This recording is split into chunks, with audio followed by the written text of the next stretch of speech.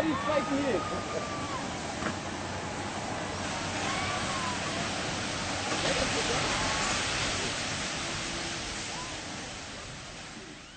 A água viva é represada pela culpa. Tradução de Ana Brum. Mensagem de 8 de dezembro de 2015. O Senhor está conosco, moradores do coração. Hoje, Ele quer abordar um assunto importante: o sentimento de culpa. A culpa que carregamos após estourarmos. Fiz há alguns meses um vídeo de meditação. Se chamava Minha Criança, Você Está Perdoada. Nesse vídeo havia uma música. E hoje, o Senhor pediu que eu a ouvisse. Venho sofrido com certas falhas e hábitos que não são apropriados para o chamado que temos em Cristo como noivas. A Pantera Negra teve sua vez novamente e eu estava ficando cansada, sem saber como eliminá-la. Percebo agora que o sentimento de culpa é uma tática do inimigo para impedir que a água viva brote de nós, ou para permitir que ela seja poluída.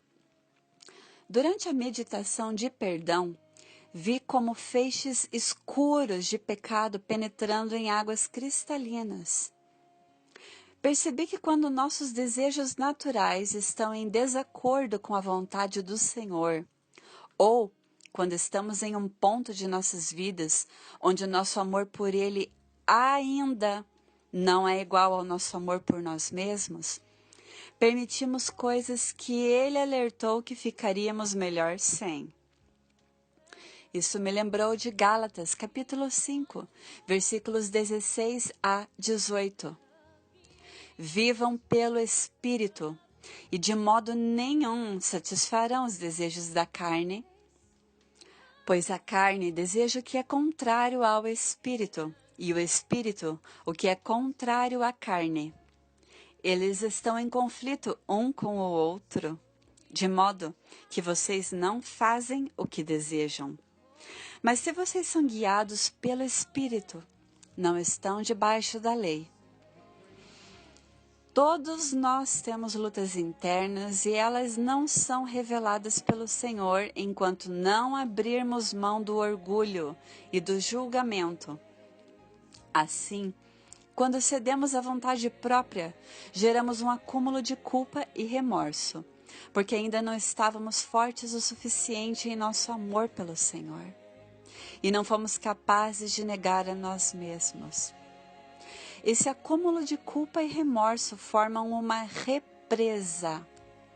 E assim como os castores que cortam árvores para reter a água, esse acúmulo forma uma barragem que impede a transição do fluxo de águas vivas dentro de nós. Jesus me acompanhou através da meditação de perdão. Ele me ungiu com um sentimento muito forte de que Ele estava me perdoando. Ele quer que eu aceite isso. Mas como posso aceitar essas coisas, sabendo que ainda não estou forte o suficiente para evitar pecados futuros? Como posso lidar com pecados repetitivos? Muitos de vocês no canal têm sido sinceros ao nos relatar acerca de suas lutas com o pecado repetitivo. Então eu sei que o Senhor usará as minhas falhas como exemplo para ajudá-los, bem como para obter uma perspectiva de como lidar com isso. Agora, eu chamo essas coisas de pecado porque o Senhor nos disse que muitas coisas nos são permitidas, mas nem todas são da perfeita vontade de Deus para nós. Eu disse: Senhor, como o Senhor poderá me perdoar quando eu continuar pecando? Eu estou tão cansada da minha natureza humana. Ele respondeu: sim, mas tudo é perdoado. Claire, você não está liberta. Você está presa à culpa. Eu quero libertá-la hoje à noite.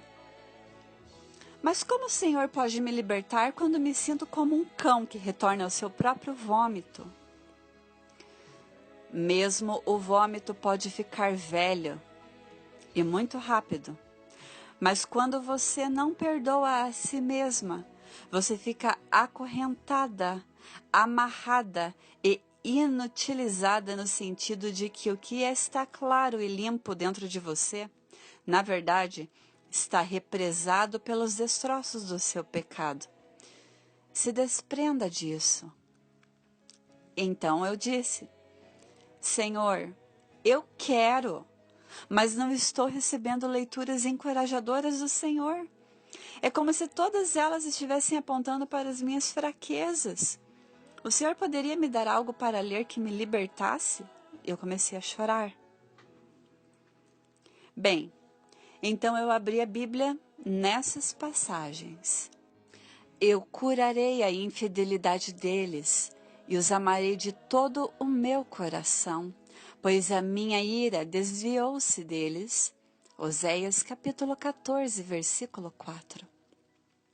Que o próprio Senhor Jesus Cristo e Deus, nosso Pai, que nos amou e nos deu eterna consolação e boa esperança pela graça, deem ânimo ao coração de vocês e os fortaleçam para fazerem sempre o bem, tanto em atos como em palavras. 2 Tessalonicenses, capítulo 2, versículos 16 e 17. Eu a amei com amor eterno, com amor leal a atrair. Jeremias, capítulo 31, versículo 3.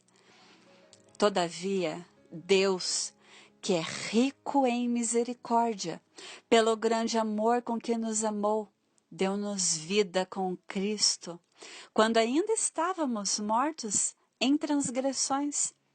Pela graça vocês são salvos. Deus nos ressuscitou com Cristo e com Ele nos fez assentar nas regiões celestiais em Cristo Jesus, para mostrar nas eras que hão de vir a incomparável riqueza de sua graça, demonstrada em sua bondade para conosco em Cristo Jesus. Efésios, capítulo 2, versículos 4 a 7. O Senhor continuou: Agora, se essas leituras não convencê-la, minha querida, nada mais a convencerá. Não se preocupe com essa tendência para o pecado. Agora, antes que vocês fiquem bravos comigo e digam que eu não estou ouvindo o Senhor em suas observações, Ele não está falando sobre ignorar o fato de que você esteja pecando. O que Ele está explicando aqui é para que vocês não se concentrem tanto no pecado, mas foquem no amor dele por vocês e também em sua promessa, pois ele é fiel para libertar a todos da natureza pecaminosa. O Senhor disse: não se preocupe com essa tendência para o pecado, não bata a cabeça com isso, desvie a atenção dessas sugestões em sua mente, mude de assunto radicalmente. Foque em outra coisa e deixe o demônio falando sozinho, sem qualquer satisfação. O momento em que você bater a cabeça com isso, o foco se desvia de mim para o pecado, que nesse ponto está dominando você. Mantenha seus olhos em mim e saiba que eu vou terminar o que eu comecei em sua alma. Nós vamos ter vitória. Em outras palavras, preste mais atenção em mim e em minhas palavras para você, para curá-la, ao invés de pensar apenas na batalha do momento. Gostaria de fazer uma observação sobre isso. O Senhor não está dizendo para não se arrepender.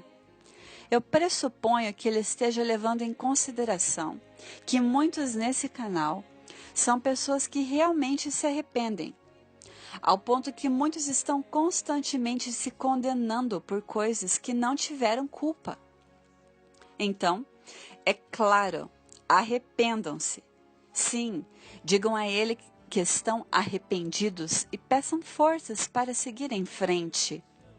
Mude o foco de si mesmos e do pecado.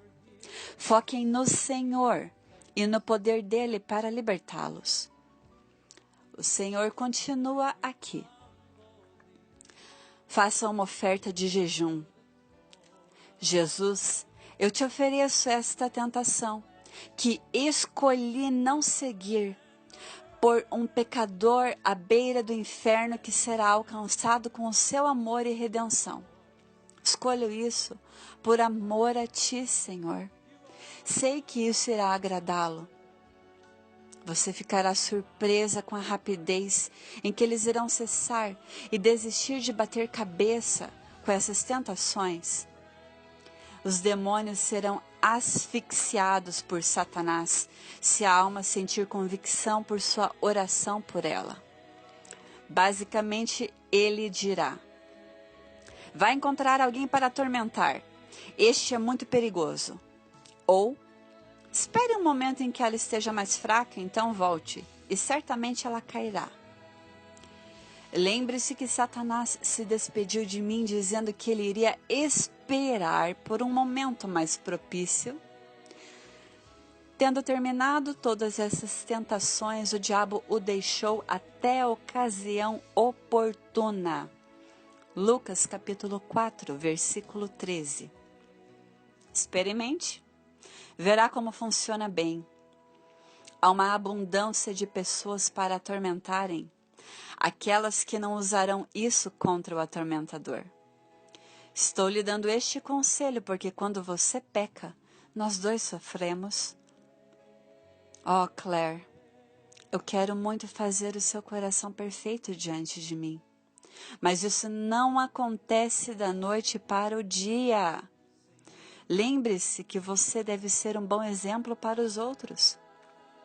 E ainda assim, a seus pontos fracos, eu os uso também. A questão é que o tormento da culpa, que é deixado para trás, faz com que essas águas vivas gotejem, em vez de jorrar. Você quer que as águas da vida fluam com força total ou pinguem? Uau! Eu entendo o seu ponto, Senhor. E o Senhor disse: eu sei que você entende. Me alegro por isso. Então tente se lembrar que quando estiver na presença dessas tentações, a culpa irá bloquear o fluxo do ministério. Agora você poderia estar operando em um fluxo muito maior. Venha, vamos resolver isso juntos. E minha noiva, exatamente a mesma coisa se aplica a você. Você quer mais do Espírito? Crucifique mais a carne. Não com sua própria força, mas quando eu inspirar você a abster-se de coisas que são prejudiciais à sua caminhada. Se você for fiel em seguir minhas instruções, rapidamente você chegará ao cume e não ficará andando pelo deserto, como ocorreu com minha noiva Claire. Sim, há anos ela tem lutado, e muitos de vocês também têm lutado por anos. Todos vocês têm diferentes questões, ou ligeiramente diferentes versões delas. Estas são permitidas para seu aperfeiçoamento. Como diz Tiago, meus irmãos, tende grande gozo quando cairdes em várias tentações, sabendo que a prova da vossa fé opera a paciência. Tenha, porém, a paciência, sua obra perfeita, para que sejais perfeitos e completos, sem faltar em coisa alguma. Tiago, capítulo 1, versículos 2 a 4. Então, há um ponto em que o autocontrole e a autonegação devem ser exercidos. Por minha graça você subirá no trono, que tenha preparado para você no céu. Você diz, mas Senhor, eu não me importo com um trono. Ah, sim, eu compreendo. mas você se importa com justiça e retidão, curando enfermos, alimentando e vestindo os pobres, ensinando os desinformados? Sim, claro que você se importa. Você deseja dar presentes de casamento para mim? Você deseja fazer-me mais feliz? Você vê o meu ponto? Essas ofertas vão trazê-lo para um grau maior de autoridade e que vem com o privilégio de fazer mais uma boa obra para o reino.